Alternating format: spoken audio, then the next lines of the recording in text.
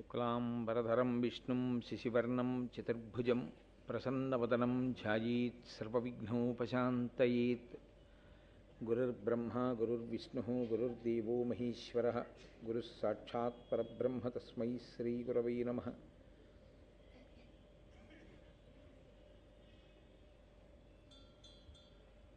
వ్యాసాయ విష్ణురూపాయ వ్యాసరూపాయ విష్ణవే నమో వై బ్రహ్మనిధయే వాసిష్ఠాయ నమో నమః. కూజంతం రామ రామీతి మధురం మధురాక్షరం ఆరుహ్య కవితాశాఖాం వందే వాల్మీకికోకిలం. శ్రుతిస్మృతిపురాణానాం ఆలయం కరుణాలయం నమామి భగవత్పాదశంకరం లోకశంకరం. వాగర్ధావివ సంపృక్తౌ వాగర్ధప్రతిపత్తయే జగతః పితరౌ వందే పార్వతీపరమేశ్వరౌ. సూక్తిం సమగ్రేతున స్వయమేవ లక్ష్మీః శ్రీరంగరాజమహిషీమధురైః వైదగ్ధ్యవర్ణగుణగుంభనగౌరవైర్యాం కండూలకర్ణకుహరాः కవయోధయంతి. హైమోర్ధ్వపుండ్రమజహన్మకుటం సునాసం మందస్మితం మకరకుండలచారుగండం బింబాధరం బహుళదీర్ఘకృపాకటాక్షం శ్రీవేంకటేశముఖమాత్మనిసన్నిధత్తాం. విమలపటీ కమలకుటీ పుస్తకరుద్రాక్షశస్తహస్తపుటీ కామాక్షి పక్ష్మలాక్షి కలిత విపంచీ విభాసి వైరించి. మనోజవం మరుతతుల్యవేగం జితేంద్రియం బుద్ధిమతాం వరిష్టం వాతాత్మజం వనరయూధముఖ్యం శ్రీరామదూతం శిరసా నమామి. ఆపదామపహర్తారం దాతారం సర్వసంపదాం లోకాభిరామం శ్రీరామం భూయో భూయో నమామ్యహం. నారాయణం నమస్కృత్య నరం చైవ నరోత్తమం దేవీం సరస్వతీం వ్యాసం తతో జయముదీరయేత్. హరి ఓం. పరమేశ్వర స్వరూపైన సభకి నమస్కారం.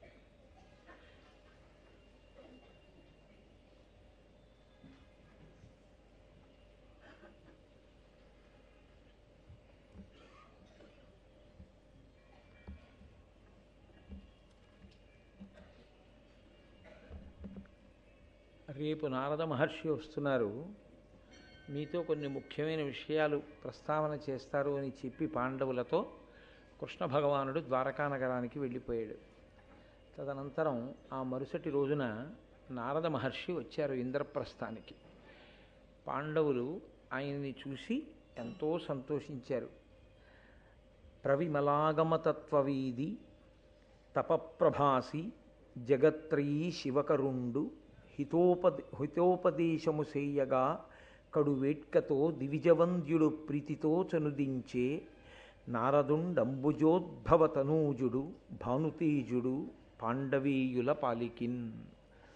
ఆ నారద మహర్షి యొక్క దర్శనమే అంత గొప్పది.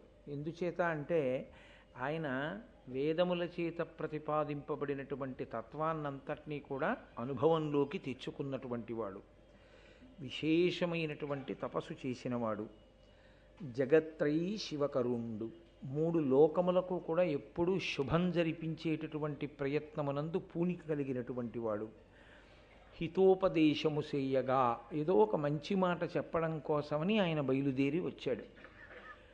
ఆయన వచ్చినప్పుడు ఆ పాండవులు చూసి ఎంతో సంతోషించి ఒక ఎత్తైనటువంటి పీఠం వేసి దాని మీద వారిని కూర్చుండచేసి వారు ఐదుగురు ఆయనకి నమస్కారం చేసి ద్రౌపదీదేవిని తీసుకొచ్చి ఆమెతో కూడా నమస్కరింపచేశారు. ఒక మహాత్ముడు వచ్చినప్పుడు ఎలా ప్రవర్తించాలో మనకి నేర్పుతాయి పురాణితిహాసములు. నారదుని యొక్క వైభవం అటువంటిది. ఆయన ఒక మంచి మాట చెప్పడానికి వచ్చాడు అంటే ఆయన చెప్పేటటువంటి మంచి మాట పాండవుల జీవితాన్ని అంతగా తీర్చిదిద్దగలిగినదై భవిష్యత్తులో ఎంతో ప్రయోజనాన్ని చేకూర్చగలిగినటువంటి మాట చెప్పగలిగినటువంటి అధికారం ఉన్నవాడు కాబట్టి బయలుదేరి వచ్చాడు. ఆయన ఆ మంచి మాట చెప్పడంలో ఆయన ఉద్దేశ్యం పాండవులను రక్షించడమే. ఎందుకు వాళ్ళని రక్షించాలి? నారదుడు ఎందుకంత ప్రయత్నపూర్వకంగా బయలుదేరి వచ్చి పాండవులకు మంచి మాట చెప్పాలి అంటే పాండవులు పట్టుకున్నటువంటి ధర్మమే దానికి కారణం. ఎటువైపు నుంచి ప్రమాదము వచ్చే అవకాశం ఉంటుందో అటువంటి అవకాశం రాకుండా నివారణ చేయడం. ప్రమాదం అంటూ ఒకసారి వచ్చిందనుకోండి, ఇబ్బంది అంటూ ఒకసారి ఏర్పడిందనుకోండి, దాన్ని కొన్ని విషయాల్లో మీరు ముడి విప్పలేరు. చాలా కష్టం. నేను మీతో మనవి చేశాను, అసలు మహాభారతంలో రాజ్యం సమస్య అయితే, రాజ్య విభాగము సమస్య అయితే దాన్ని పరిష్కారం చేయడం అసలు కష్టంతో కూడుకున్నది కానే కాదు. ఎందుకంటే ధర్మరాజు గారు నాకు ఇంత రాజ్యం కావాలని కానీ, ఈ భాగాలు నాకు కావాలని కానీ ఆయన అడగలేదు. అరణ్యవాస అజ్ఞాతవాసములు అయిపోయిన తర్వాత ఆయన చెప్పినది ఏమిటంటే, నాకు 5 ఊళ్ళు ఇస్తే చాలని అడిగాడు. 5 ఊళ్ళు ఇస్తే చాలు, తృప్తి పడతాను అని ధర్మరాజు గారు అన్నప్పుడు 5 ఊళ్ళు నచ్చజెప్పి ఇప్పించారనుకోండి, అయిపోయిందంతే. మరి సమస్య ఎందుకు జటిలమైంది? ద్రౌపదీదేవిని వాళ్ళు అవమానించడం అనేటటువంటి సంఘటన చేతనే కౌరవులు నశించిపోయారు. ఆవిడ్ని అవమానించిన కారణం చేతనే భీముడు ప్రతిజ్ఞ చేశాడు, దుశ్శాసనుడి గుండెలు బదలగొడతానని. ఆవిడని తొడ చూపించి దుర్యోధనుడు వచ్చి తొడ మీద కూర్చోమని సంజ్ఞ చేసినటువంటి కారణం చేతనే దుర్యోధనుడి యొక్క తొడలు విరగ్గొడతాను అని ప్రతిజ్ఞ చేశాడు.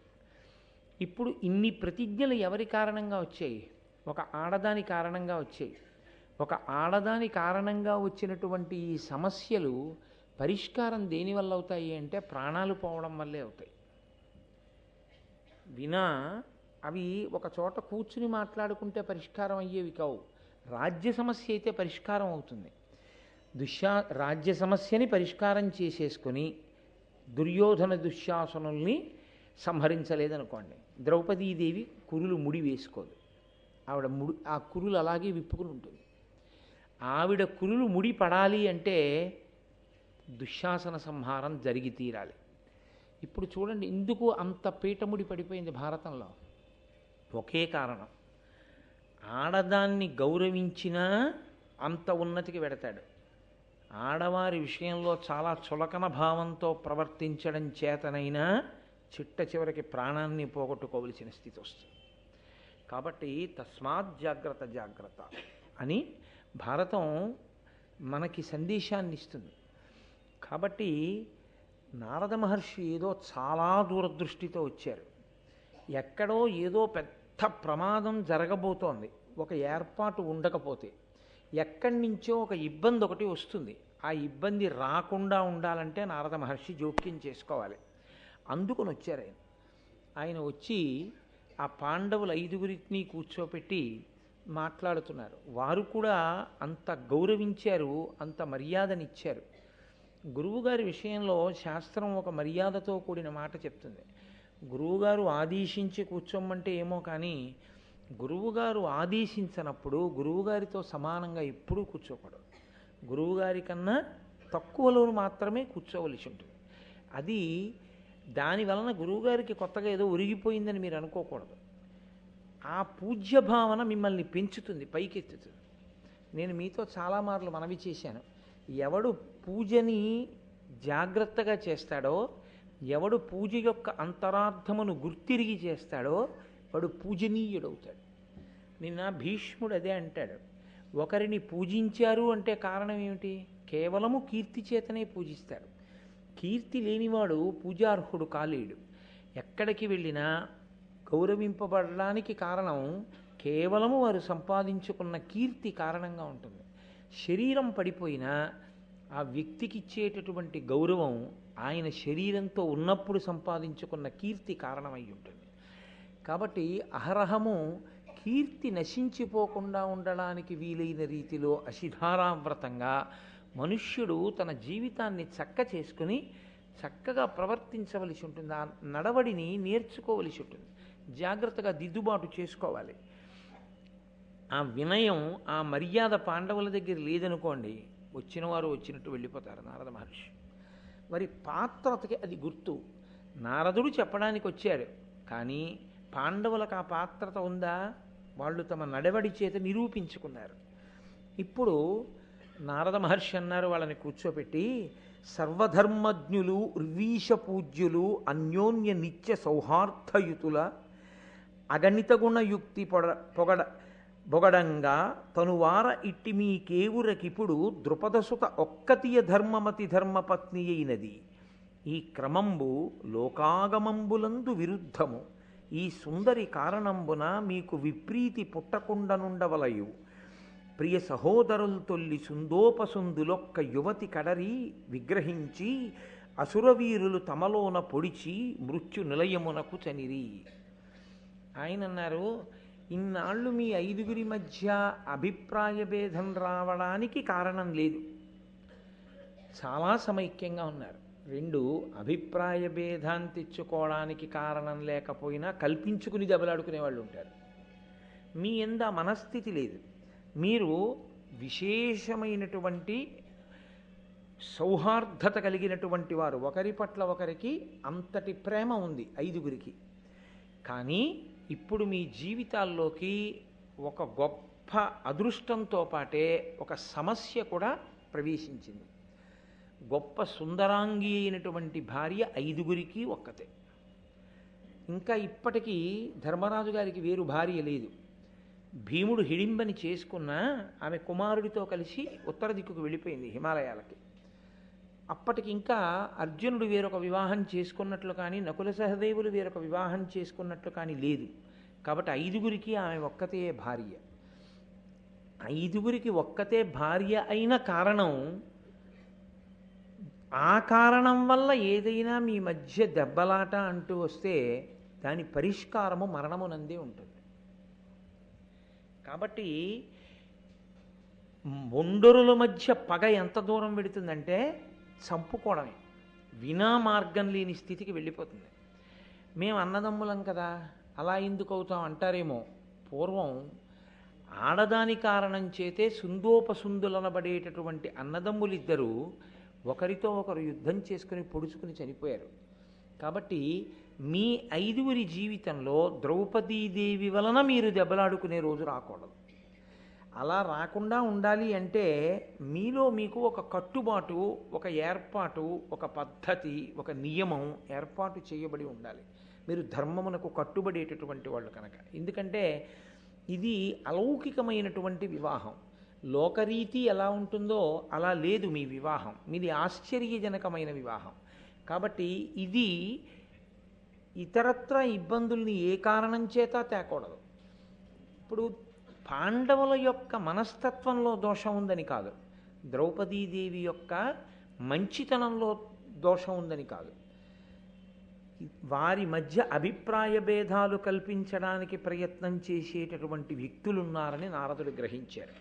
నిన్న నల్లా దుర్యోధనుడు చాలామంది అందగత్తెల్ని పంపించి పాండవుల మనసు ద్రౌపది మీద విరిగిపోయేటట్టు చేయడము, ద్రౌపదీదేవికి పాండవులకి మధ్య ఏదైనా అగాధాన్ని సృష్టించడము చేస్తే వాళ్ళ మనశ్శాంతి నశిస్తుందిగా అన్నాడు. అలా జరగకుండా ఉండాలని నారద మహర్షి బయలుదేరి వచ్చారు. ఆ సుందోపసుందులు ఎవరు అని అడిగారు. పూర్వం దితి కడుపున హిరణ్యకశిపుడు పుట్టాడు. ఆ హిరణ్యకశిపుడికి నికుంభుడు అనే రాక్షసుడు, ఆ నికుంభుడికి సుందోపసుందులు అని ఇద్దరు కొడుకులు. సుందుడు, ఉపసుందుడు, వాళ్ళ పేరు సుందోపసుందులు అని కలిపి చెప్తారు. వాళ్ళిద్దరిది ఒక్కటే మాట, అంత అన్యోన్యంగా ఉండేవారు వాళ్ళు. రాక్షసులు కానివ్వండి, ఇంకొకటి కానివ్వండి, అన్నదమ్ములు కలిసి ఉండడం అనేటటువంటి విషయం మాత్రం చాలా గొప్ప విషయం. అది కేవలముగా నోటితో చెప్పడానికి వీలైనంత తేలికైన విషయం మాత్రం ఒక్కనాటికి కాదు. నేను మీతో యథార్థం మనవి చేస్తున్నాను. ఏదో ఒక స్థాయి వరకు అన్నదమ్ములు కలిసి ఉండడం గొప్ప విషయం కాదు. ఏదో చదువుకునే రోజుల్లోనో లేకపోతే పెళ్ళిళ్ళు అవ్వకముందో పెళ్ళైన కొత్తల్లోనో కలిసి ఉంటారు బాగానే. చాలా తొందరగా విడిపోయేటటువంటి అనుబంధాలు ఏవైనా ఉంటే అన్నదమ్ముల మధ్యనే కొట్లాట్లు వచ్చేస్తాయి. వచ్చేసి ఈ ఇంటి మీద కాకి ఆ ఇంటి మీద వాలదు.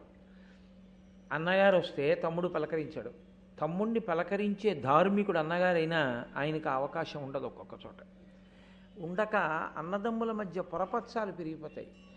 అన్నగారెంత ధార్మికుడు కానివ్వండి, తమ్ముడెంత మంచివాడు కానివ్వండి, అన్న తమ్ముడి దగ్గరికి, తమ్ముడు అన్న దగ్గరికి వెళ్ళకపోవడమే ఆ అన్నదమ్ముల గౌరవం పాడవడానికి కారణం అవుతుంది.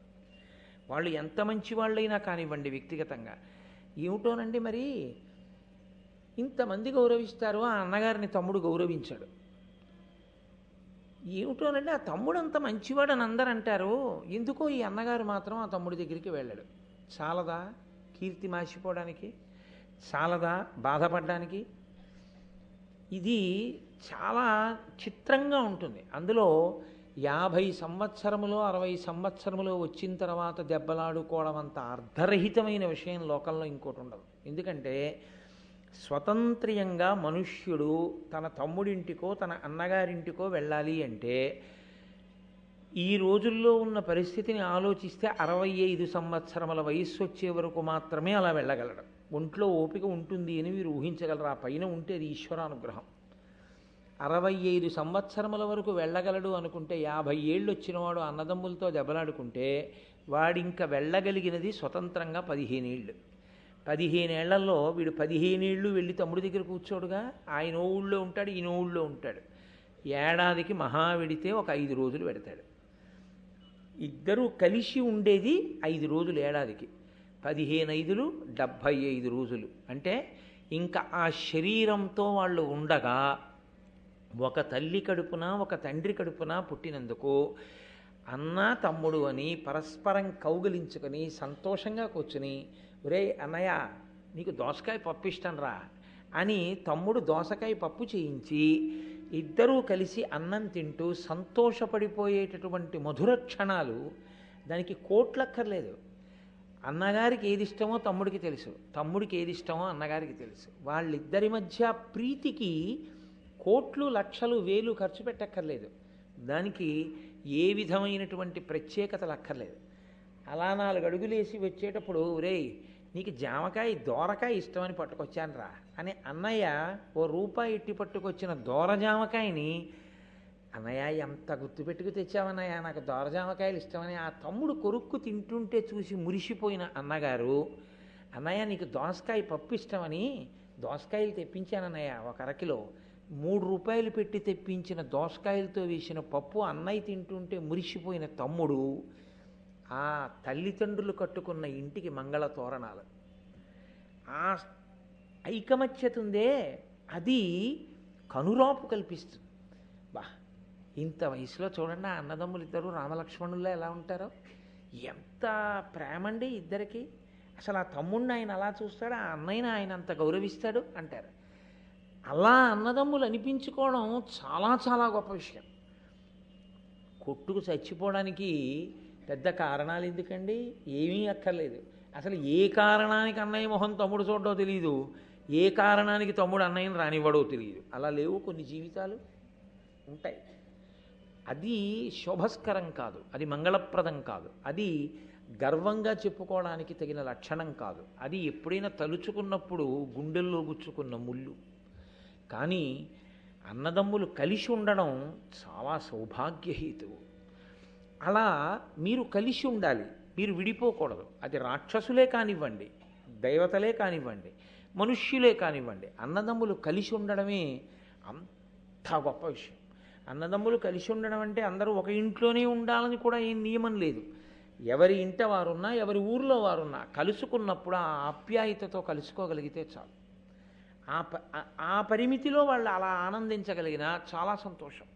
కాబట్టి సుందోపసుందులు రాక్షసులు కావచ్చు, కానీ వాళ్ళ ఐకమత్యత అటువంటిది. ఇంత ఐకమత్యత కలిగిన సుందోపసుందులు ఒక చిత్రమైన మాట అన్నారు. వాళ్ళు అన్నారు, అసలు లోకంలో అనన్యసాధ్యమైనటువంటి వైభవాన్ని పొందాలి అంటే అది దేని చేత సాధ్యం కాదు, కేవలము తపస్సు చేత మాత్రమే సాధ్యం. ఇది చాలా పెద్ద మాట ఉసుమండి. సుందోపసుందులు రాక్షసులైతే కావచ్చు, కానీ వాళ్ళు చాలా పెద్ద మాట అన్నారు. అసలు ఈ శరీరంతో వచ్చినవాడు మళ్ళీ ఈ శరీరంలోకి వెళ్లకుండా ఉండాలి అంటే పెట్టవలసిన పెట్టుబడి శరీరమే. మీరు ఆలోచించండి. ఈ శరీరంతో వచ్చాడు, ఇంకొకసారి శరీరంలోకి వెళ్ళకూడదనుకున్నాడు. అంటే మోక్షం కావాలి. ఇప్పుడు వాడు దేన్ని పెట్టుబడి పెట్టాలి? ఈ శరీరాన్నే పెట్టుబడి పెట్టాలి.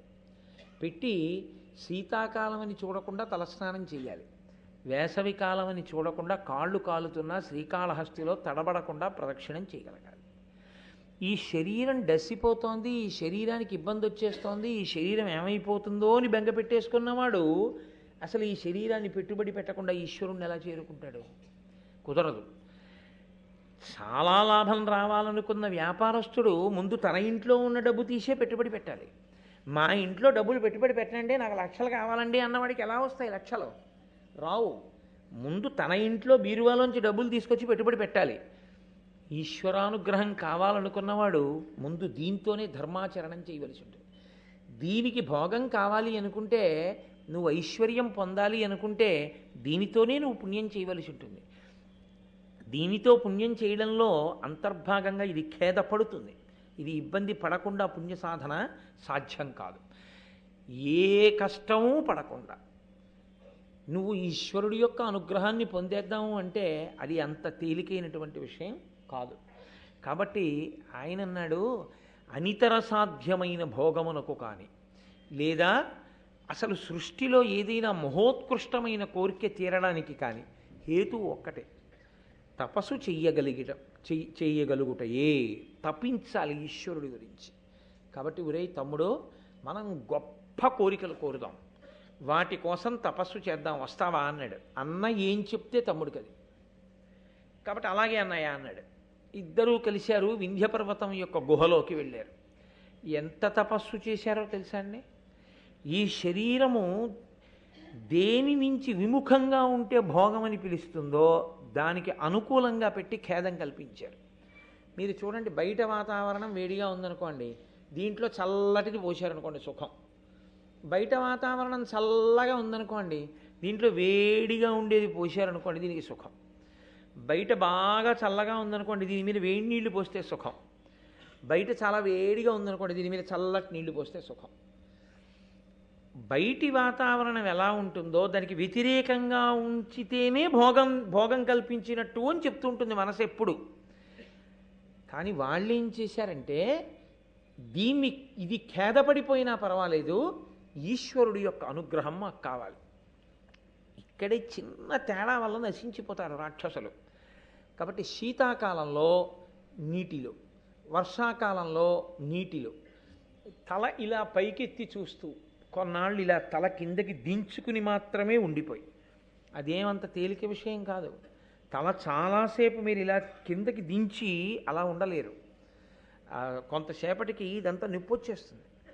అలా తల దించుకుని ఉండి కొన్ని సంవత్సరాలు, రెండు చేతులు పైకెత్తి ఉంచేసి కొన్ని సంవత్సరాలు, ఒంటికాలు మీద నిలబడి కొన్ని సంవత్సరాలు, ఇలా బయట అసలు ఆహారం తీసుకోవడం మానేసి గాలిని భక్షిస్తూ కొన్ని సంవత్సరాలు తపస్సు చేస్తే వాళ్ళ యొక్క ఆ బ్రహ్మస్థానంలోంచి తపో ధూమము పైకి వచ్చి అది వింధ్యపర్వత గుహలోంచి పైకి వచ్చి ఆకాశాన్ని కప్పింది. కప్పితే దేవతలు బ్రహ్మగారి దగ్గరికి వెళ్ళారన్నారు, అనితర సాధ్యమైన తపస్సు చేశారు సుందోపసుందులు, కాబట్టి వాళ్ళని అనుగ్రహించమన్నారు. చతుర్ముఖ బ్రహ్మగారు ప్రత్యక్షమయ్యారు. ఇది ఒక భక్తుడైతే ఏమంటాడంటే, నీ పాదముల ఎడ విస్మృతి లేని భక్తిని నాకు కృప చెయ్యి అని అడుగుతాడు. అంతే, ధన్యుడైపోతాడు.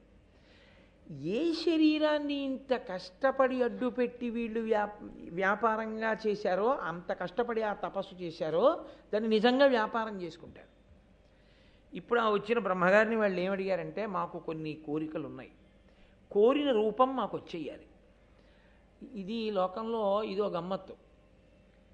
ఇలా ఉన్నాడు అనుకోండి, నేను సర్వోత్కృష్టమైనటువంటి ప్రాణిరా, నేను మనుష్యుణ్ణిరా అని వాడు తృప్తిపడ్డాం. వాడికి ఏదో ఒక దిక్కుమాలిన కోరిక పుడుతుంది. అలా అది ఉంది చూసావా, దానిలో నేను ఉంటే ఎలా ఉంటుందని. ఈ కోరిక వల్లే మనిషి ఏం చేశాడో తెలుసా అండి? సృష్టిలో ఉన్న ప్రతి జీవరాశిలోనూ ఉన్నటువంటి ప్రతి జీవిలో ఉన్నటువంటి ఉత్కృష్టమైన లక్షణం ఏదుందో దాన్ని తెచ్చి వాడుకున్నవాడు మనుష్యుడు ఒక్కడే. మీరు గమనించండి. ఏనుగుంది, దాని దంతం తెచ్చి బొమ్మలు చేసుకునేవాడు మనుష్యుడే. గుర్రం ఉంది, దాని మీద ఎక్కి స్వారీ చేసేవాడు మనుష్యుడు ఒక్కడే. ఆవు ఉంది, దాని పాలు తెచ్చుకుని అభిషేకం చేసుకునేవాడు మనుష్యుడే. గేదె ఉంది, దాని పాలు తెచ్చుకు తోడుపెట్టుకు పెరుగు తినేవాడు మనుష్యుడే. జింక్ ఉంది, దాని చర్మం తెచ్చుకుని వేసుకుని జపం చేసుకునేవాడు మనుష్యుడే. పులితోలు మీద కూర్చునేవాడు మనుష్యుడే. ఏనుగెక్కి ఆ అంబారీ మీద కూర్చుని యుద్ధానికి వెళ్ళేవాడు, గజారోహణ సత్కారాన్ని పొందేవాడు మనుష్యుడే. ఒక నెమలుంది, దాని ఈకలు తెచ్చి ఇంట్లో అందంగా పెట్టుకుని నెమలి నాట్యం చేస్తుంటే సంతోషపడిపోయేవాడు మనుష్యుడే. పక్షుల్ని తీసుకొచ్చి పంజరాల్లో పెట్టేవాడు మనుష్యుడే. ఆఖరికి కస్తూరి మృగం కస్తూరి తెచ్చుకుని ఒంటికి రాసుకుని పొంగిపోయేవాడు మనుష్యుడే. ఇది ఒక జీవికున్న ప్రత్యేకతని వేరొక జీవి తన భోగానికి వాడుకోదు లోకంలో. ఇది ఏ జీవికి ఉండదు. మీరు చూడండి, ఏనుక్కి దంతం ఉంది, ఈ దంతం పట్టుకెళ్ళి నా గూట్లో పెట్టుకుంటానని చిలక పట్టుకెళ్ళదు. చిలకకి అందమైన ఎర్రటి ముక్కుండి అందంగా అరుస్తూ పండు కొరుకుతూ ఒకరన్న మాటని అనుకరించగలిగిన లక్షణం చిలకకుంటుంది. అలాగని పక్క కొమ్మ మీదున్న కాకి చిలకనెప్పుడు నువ్వు కావు కావును అను అని నేర్పదు. మనిషి తెచ్చి పంజరంలో పెట్టి మాటలు నేర్పుతాడు చిలక్కి. ఏ ప్రాణి కూడా తనకున్న వైభవాన్ని తాను వాడుకోదు, దానికున్న వైభవాన్ని వాడుకుందామని పక్క ప్రాణి చూడదు. అన్నిటి వైభవాన్ని వాడుకుందామనే ప్రయత్నం చేసేవాడు మనుష్యుడు ఒక్కడే. దానివలనే ఇన్ని రకాల ఆహారాలు అలవాటు పడింది మనుష్యుడికి ఒక్కడికి.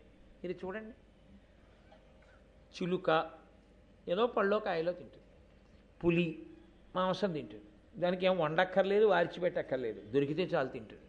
ఓ ఏనుగు ఆకులు కొమ్మలు తింటుంది. మనుష్యుడు గోడ మీద బల్లి తప్ప వాడు తినందేముండదు. కొన్ని దేశాల్లో అవి తింటారట. నేను అది విని తెల్లబోయాను. కాబట్టి అన్నిటినీ తిని తాను సుఖంగా ఉండాలని కోరుకునేటటువంటి విషయంలో అసలు నిగ్రహం లేకుండా ఆ భోగానికి అవధి లేనితనమే రాక్షసత్వం. కాబట్టి సుందోపసుందులు అడిగారని మనం ఏం వాళ్ళని అనుకోక్కర్లేదు.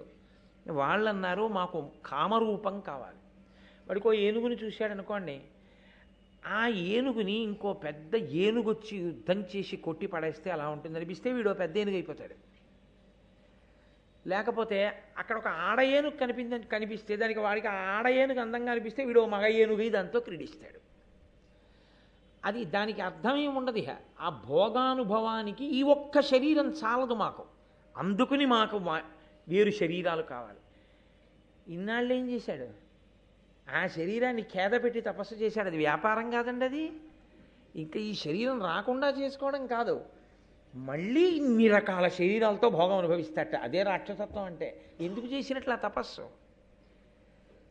అన్నీ విన్నా, అన్నీ చదువుకున్నా, ఇంట్లో భారతం వ్యాఖ్యానాలన్నీ ఉన్నా, తన భోగకాంక్ష ఎందు కించిత్ కూడా పరుగన్నది లేకుండా మనసు మాత్రం వెంపర్లాటతో తిరిగేవాడెవరో వాడే సుందోపసుందుల్లో కొంత అంశం ఉన్నవాడితో లెక్క. తృప్తి నీకు ఏర్పడితే నువ్వు నారదుడి, తృప్తి ఏర్పడకపోతే నువ్వు సుందోపసుందుల్లో ఓ అంశం ఉన్నవాడివి. కాబట్టి కోరిన రూపం కావాలి. మేము ఎక్కడికి వెళ్ళాలనుకుంటే అక్కడికి వెళ్ళిపోతూ ఉండాలి. మళ్ళీ అది రూపం చేత, ఇది దేశము చేత. వాడికి ఎవరో వచ్చి చెప్తారు, హిమాలయ పర్వతములకు ఎడమ పార్శ్వమునందు ఉండేటటువంటి పొదరింటిలో ఒక గొప్ప తీగ ఉంది, ఆ తీగ ఆకులు తింటే నీకు గొప్ప బలం వస్తుందంటాడు. వాడు వెళ్ళిపోయి ఆ ఆకు తినేయాలి. దానికి వాడు కష్టపడ్డావు, వెంటనే వెళ్ళిపోవాలి వాడు. అలా వచ్చినవే కదా సాధనాలన్నీ, ప్రయాణ సాధనాలు. వెళ్ళేటప్పుడు కూడా భోగమునకు కించిత్ ఇబ్బంది రాకుండా వెళ్ళిపోవడం అనేటటువంటి ప్రక్రియలో ఒకప్పుడు కారు అంటే కారు ఒక్కటే ఉండేది. ఆ తర్వాత కారు ఏసీ కారు అయింది. ఆ తర్వాత ఏసీ కారు ఆడియోతో తయారైంది. ఆ తర్వాత ఏసీ కారులో ఆడియో విత్ వీడియో, వెనకాతల కూర్చుని అలా స్క్రీన్ మీద చూస్తూ సినిమా చూస్తూ వెళ్ళిపోవచ్చు. ఆ తర్వాత సెల్ ఫోన్ పొరపాటున ఛార్జింగ్ అయిపోతే అందులోనే పెట్టేసుకోవడానికి ఛార్జర్ వచ్చేసింది. నీకు వినపడి బాధపట్టక్కర్లేదు, నువ్వు అద్దాలు వేసుకుంటుంటే వీధిలో వాళ్ళ చెవులు పగిలిపోయేలా హారన్లు కొట్టచ్చు.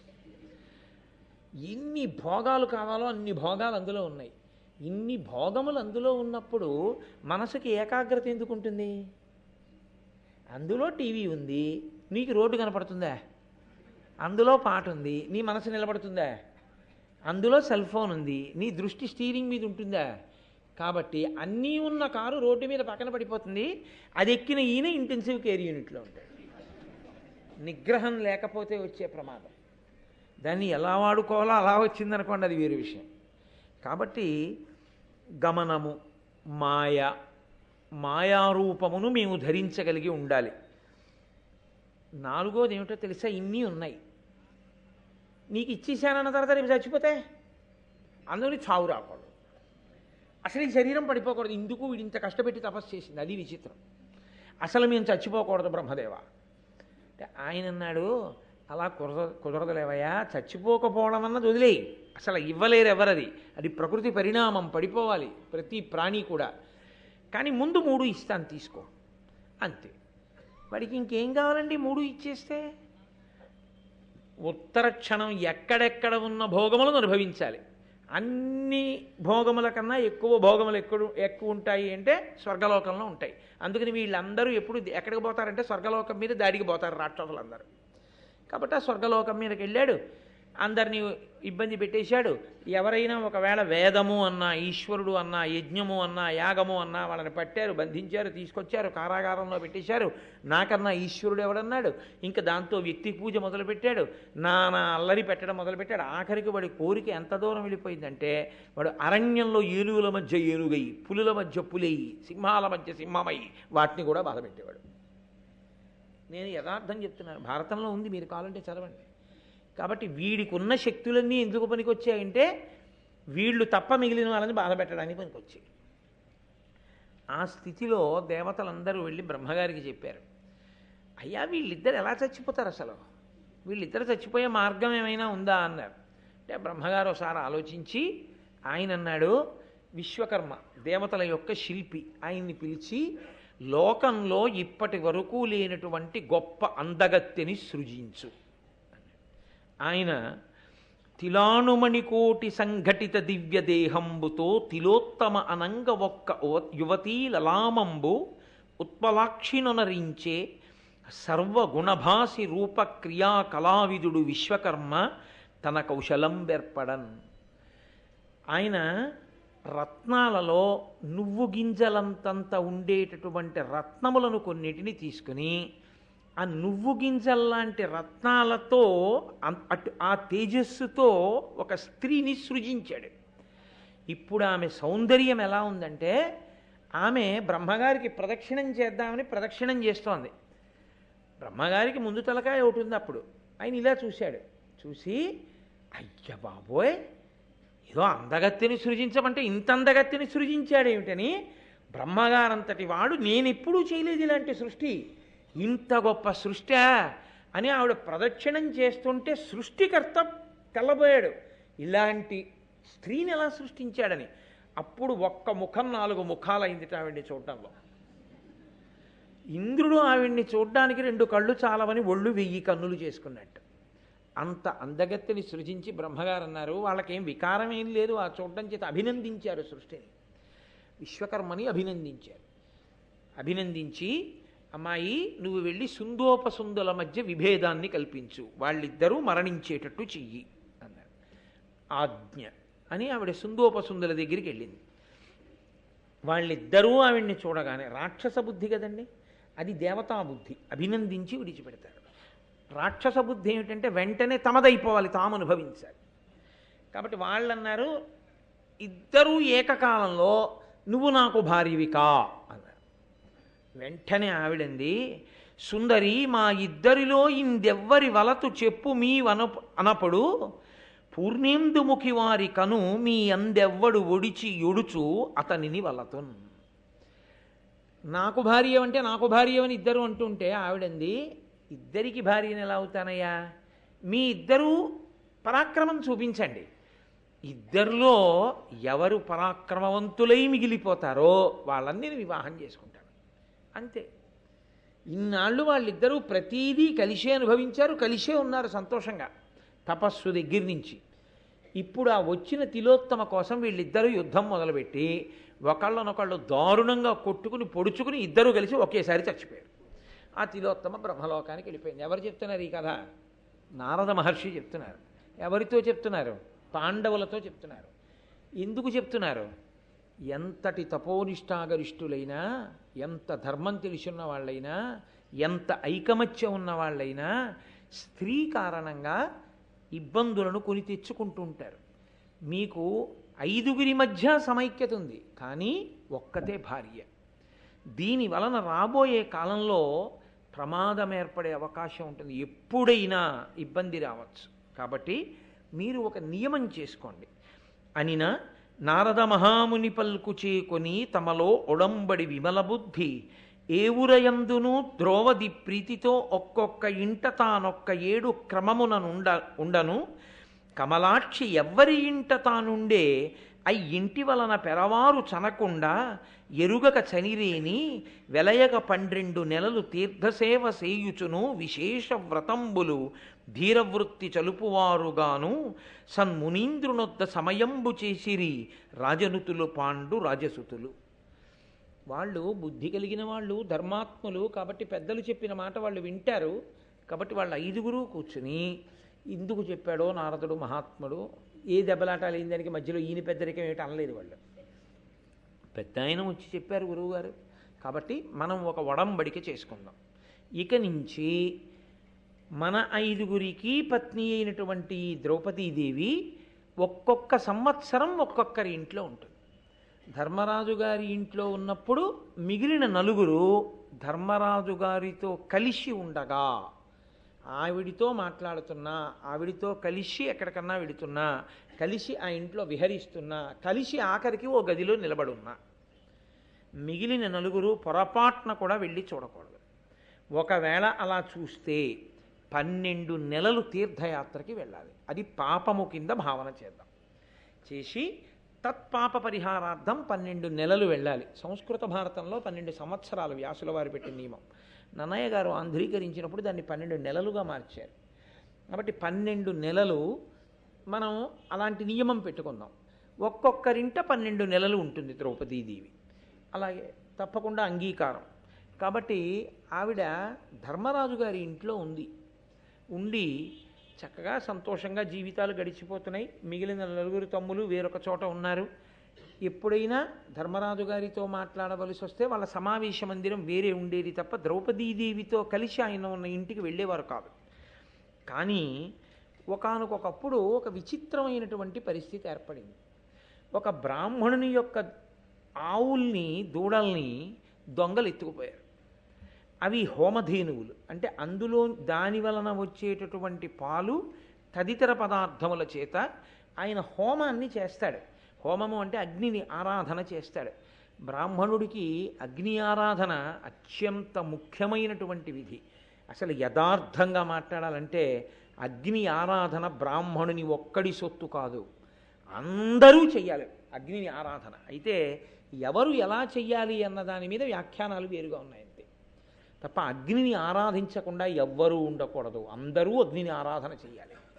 కాబట్టి ఇప్పుడు అతనికి హోమం ఆగిపోతుంది ఈ ఆవులు దూడలు లేకపోతే. ఆయన బ్రాహ్మణుడు, ఆయన వెంటపడి యుద్ధం చేయలేడు, బ్రాహ్మణ తేజస్సు ఉన్నవాడు. కాబట్టి ఆయన క్షత్రియుడి మీద ఆధారపడాలి రక్షణ కొరకు. పరిగెత్తుకుంటూ ఆయన అర్జునుడి దగ్గరికి వెళ్ళాడు. అర్జున అర్జున, ఆలస్యం చేస్తే దొంగలు దూరంగా వెళ్ళిపోతారు. వాళ్ళు నా ఆవుల్ని దూడల్ని ఎత్తుకుపోయారు.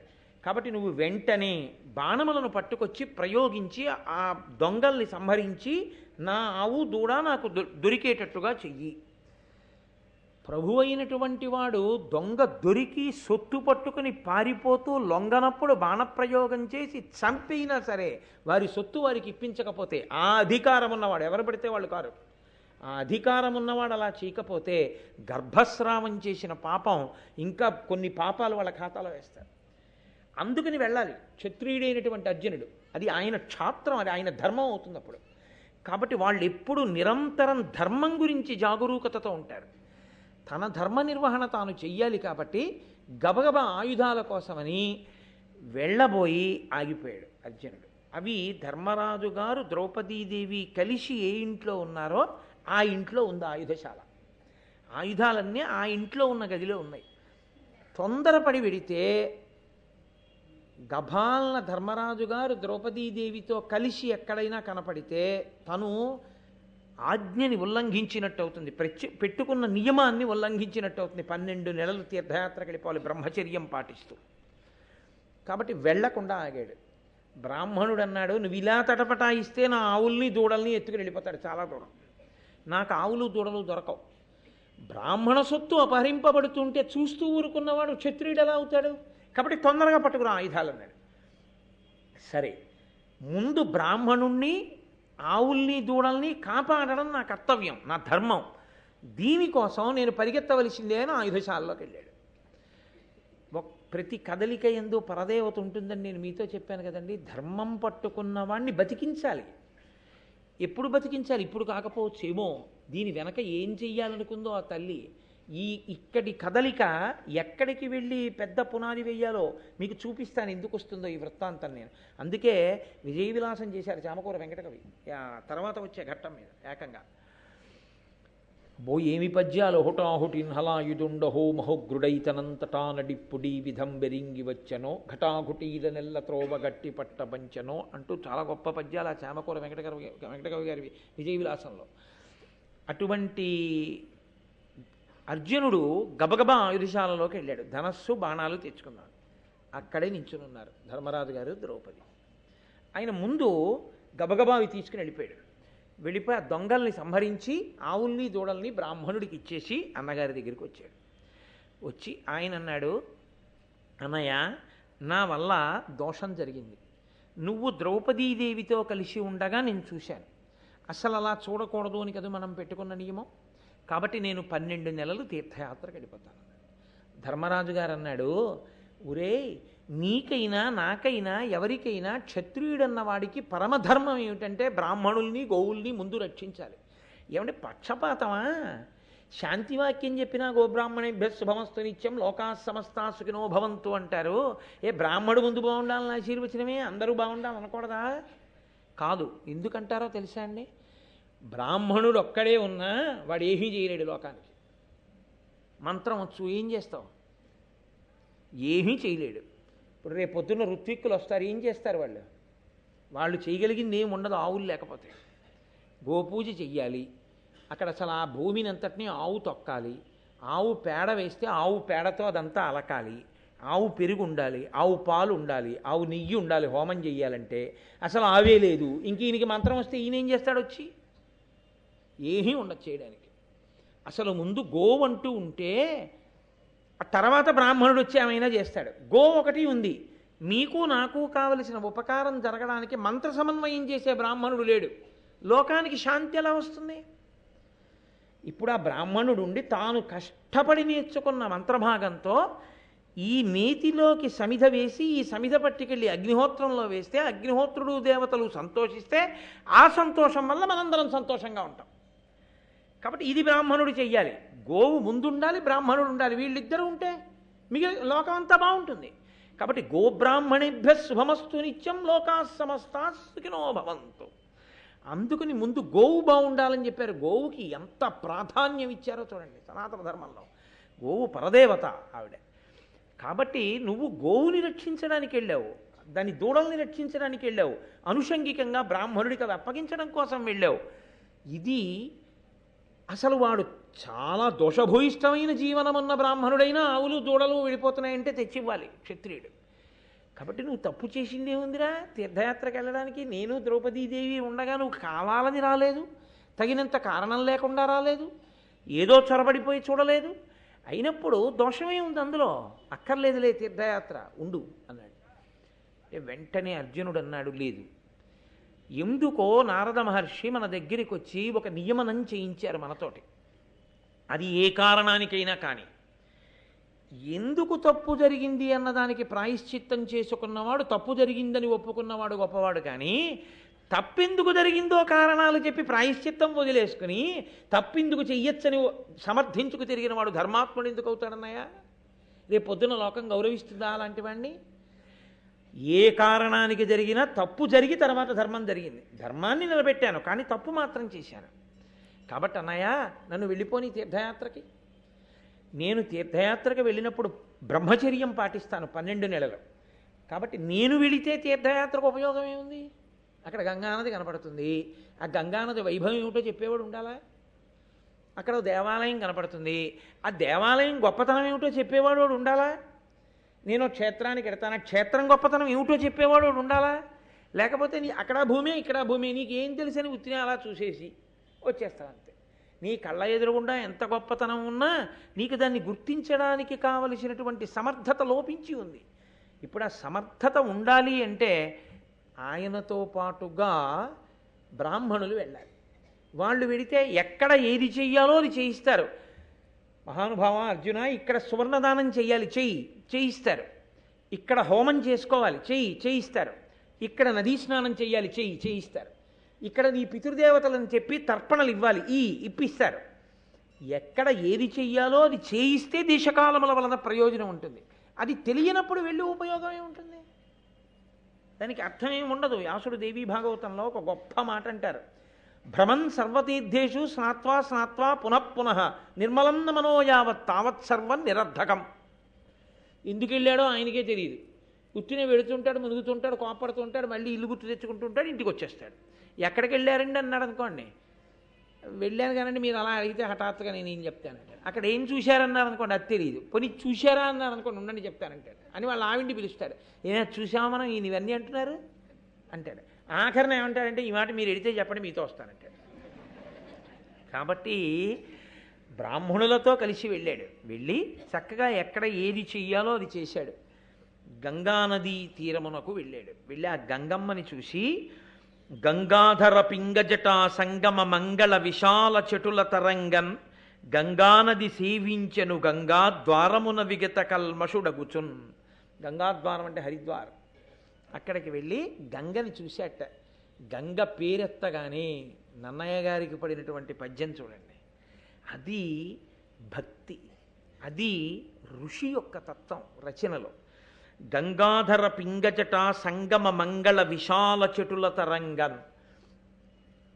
రామాయణం బాలకాండలో వాల్మీకి మహర్షి అంటారు, భవాంగపతితంతోయం పవిత్రమితి పస్పృశు అంటారు.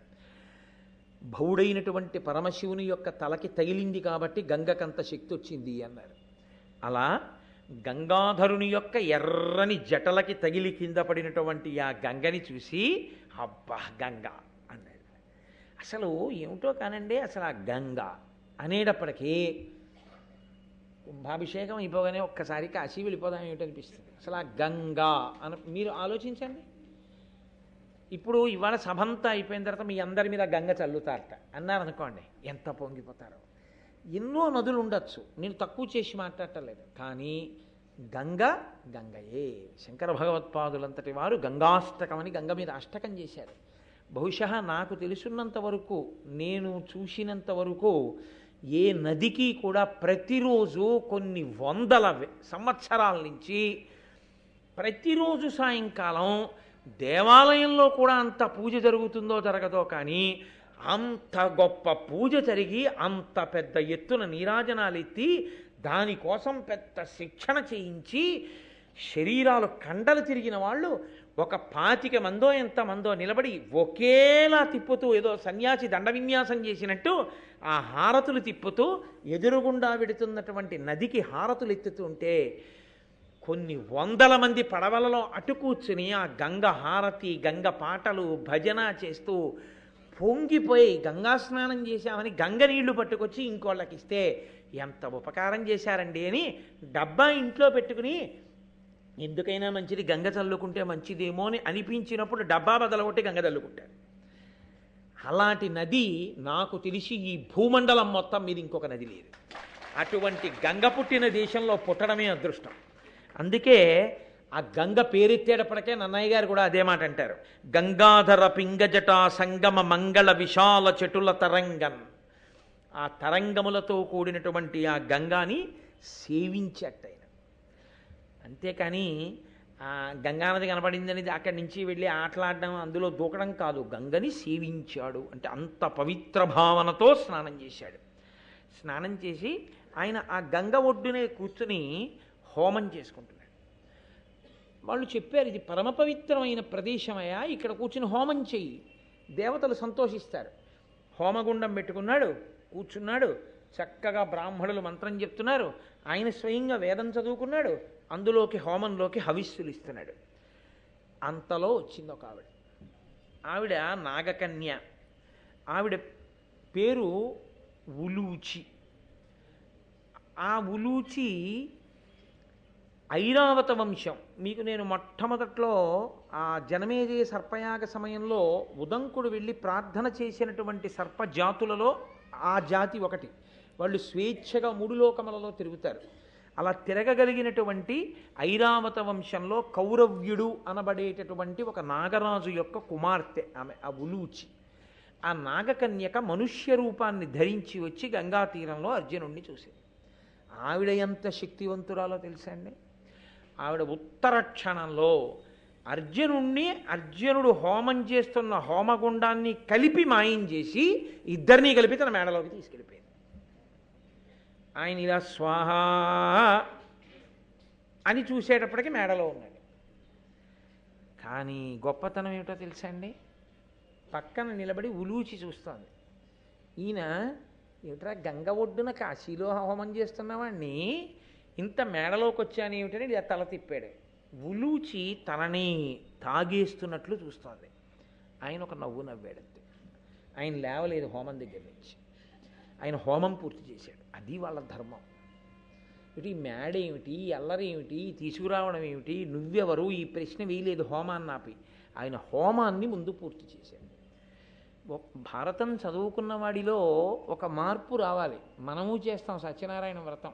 మీరు ఎప్పుడైనా సత్యనారాయణ వ్రతాలు జరిగిన ప్రదేశాలకు వెళ్ళండి, మీకు చాలా బాధ కలుగుతుంది. కొన్ని చోట్ల సత్యనారాయణ వ్రత మంటపం ఉంటుంది. అక్కడ అందులో అష్టదిక్పాలకులు ఉంటారు. అందులో సార్వభౌముడైన సత్యనారాయణుడు ఉంటాడు. అందులో నవగ్రహాల్ని ఆవాహయామి, స్థాపయామి, పూజయామి అని మంత్రంతో పిలుస్తారు. వాళ్ళందరూ నేల మీద ఉంటారు. వీడు ఓ కుర్చీ వేసుకుని ఎదురుగుండా కూర్చుంటాడు. అంత నేల మీద కూర్చోలేని వాడు అయితే గడప దాటి ఇంకో గదిలో కూర్చోవాలి. సత్యనారాయణ స్వామి వారి వ్రతమంటపం ఉండగా ఎదురుగుండా కుర్చీలో కూర్చోడానికి కాల్సనా నీ భక్తి? అదే భక్తి, అదే కూర్చునే విధానం. ఎక్కడికి వెళ్ళండి, నాకు అందుకే సత్యనారాయణ స్వామి వారి వ్రతం రండి అంటే వెళ్ళడానికి భయం. అలాగే కూర్చుంటారు. ఏ ఇంటికి వెళ్ళండి అలాగే కనపడుతుంది తప్ప కూర్చోలేడండి అని వాడు గడప దాటి అవతల కూర్చుని భక్తితో మంత్రం వింటూ వాడు ఒక్కనాటికి కూర్చోడు. వాడి పెద్దరికం కాలిపోతుందని అక్కడికే వచ్చి కుర్చీ వేసుకుంటాడు వాడు. అలా కూర్చోపోతే వాడి పెద్దరికం పోతుంది. ఈ వ్రతం చేసేవాడు వచ్చిన వాళ్ళందరినీ చూసి, వచ్చారా కూర్చో, ఆయన ఉప్మా పెట్టవే అంటాడు. ఏమిటి వ్రతం నువ్వు చేసింది? ఈ వెర్రావిడ మాత్రం ఆ తామలపాకు, అక్షత, డబ్బు పట్టుకెళ్ళి ఇస్తూ ఉంటుంది. వీడు ఆయన ఇలా వేలు చూపిస్తూ ఉంటాడు, గుడ్డేడికి చూపించినట్టు చూపిస్తే ఇక్కడ వేలు పెడితే అక్కడ ఆకేసి ఆకు మీద ఒక్క అక్షతలు వేసి, వీడి దృష్టి అంతా దేని మీద ఉంటుందంటే వచ్చిన వాళ్ళ మీద ఉంటుంది. ఆ వచ్చినవాడు అంతకన్నా గొప్పవాడు. వాడు మళ్ళీ వెంటనే వెళ్ళిపోవాలి, ఏదో వాడికి అర్జెంటు పని ఉంటుంది. ఎప్పుడు వాడికి అర్జెంటు పని. అందులో వాడు వస్తూనే వీడి చేతిలో ఒళ్ళో ఎప్పుడు ఏం పెట్టేద్దామని చూస్తుంటాడు. ఇంకా వీడి ఒళ్ళో పెట్టగానే వీడికి నమస్కారం చేయకపోతే వీడికి భూతతృప్తి అవ్వదు. అందుకని సత్యనారాయణ స్వామి అక్కడే ఉంటాడు. వీడు ఆ మంటపాన్ని తంతూ నించుంటాడు. వీడు ఏమంటే కొంచెం పక్కకి పెట్టండి కాళ్ళు అండవు. మంటపం తంతున్న వాడి కాళ్ళకి వీడు దండం పెడతాడు. సత్యనారాయణ స్వామి వారు వీడి కోరికలన్నీ తీర్చేయాలి. ఆయన్ని పూజించాడా, అవమానించాడా? వీడు ఎందుకు తీరుస్తాడు కోరికలు? ఏది భక్తి, ఏది బూడిదెక్కడ? ఒక పని చేస్తే సాశ్రద్ధ కదితా సిద్ధి యయా వస్తూపలభ్యతే అంటారు శంకరాచార్యుల వారు. నువ్వు ఒక పని చేస్తే దాని యందు మగ్నుడవు కావాలి, శ్రద్ధతో చెయ్యాలి. ఆ శ్రద్ధ లేకుండా, ఆ ఆస్తిక్య బుద్ధి లేకుండా ఏదో చేస్తున్నామని చేసేటటువంటి పూజలు, ఏదో చేస్తున్నామనేటటువంటి భగవత్ సంబంధమైన కార్యాలు పరమ అసహ్యంగా ఉంటాయి. అవి తంతు కింద ఉంటాయి కానీ భక్తితో చేసేటటువంటి ఈశ్వర క్రియాకలాపం కింద ఉండవు. అది అర్జున భక్తి అంటే. అకస్మాత్తుగా మేడలోకి మార్చేసిన ఆవిడ ఆయన హోమమే పూర్తి చేశాడు. హోమం పూర్తి చేసి, ఎవరు నువ్వు, నన్ను ఎందుకు తీసుకొచ్చావు ఈ మేడలోకి అని అడిగాడు. ఆవిడ చిరునవ్వు, ఆవిడ చూపు బట్టి తెలుసుకోలేనంత అమాయకుడు అర్జునుడు కాడు. ఆవిడంది, నీ గుణములు తొల్లియు నాగీగీతములందు విని తగిలి ఇప్పుడు మనోరాగమున చూడగంటిని భాగీరథి యందు నిన్ను పరహిత చరిత అని.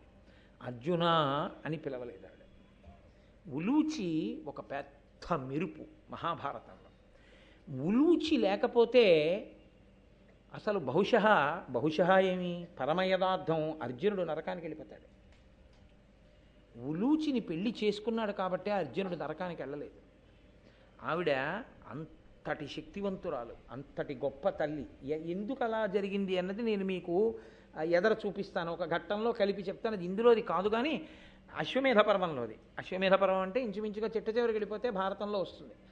కానీ నేను మీ యొక్క సౌకర్యం కోసం ఇవాళ ఉలూచి గొప్పతనాన్ని చూపించడానికి నేను ఆ వైభవాన్ని చూపిస్తాను, అక్కడ కలిపి చెప్తాను. ఇప్పటికలా వినండి తప్ప ఆవిడ ఏదో కాముకురాలని మీరు తొందరపడి ఒక నిర్ణయానికి రాకండి. ఆవిడ అర్జునుడిని పిలిచినప్పుడు పార్థ అని పిలవలేదు, విజయ అని పిలవలేదు, అర్జున అని పిలవలేదు. ఆవిడ ఏమని పిలిచిందంటే పరహిత చరిత అని పిలిచింది. పరుల యొక్క హితమును కోరి ప్రవర్తించేటటువంటి వాడా అని పిలిచింది. ఏమిటి, ఎందుకు అలా పిలవడం అంటే, ఆయన ఎందుకు వచ్చాడు గంగ ఒడ్డుకి? తీర్థయాత్ర చేస్తూ. తీర్థయాత్రకి ఎందుకు వచ్చాడు?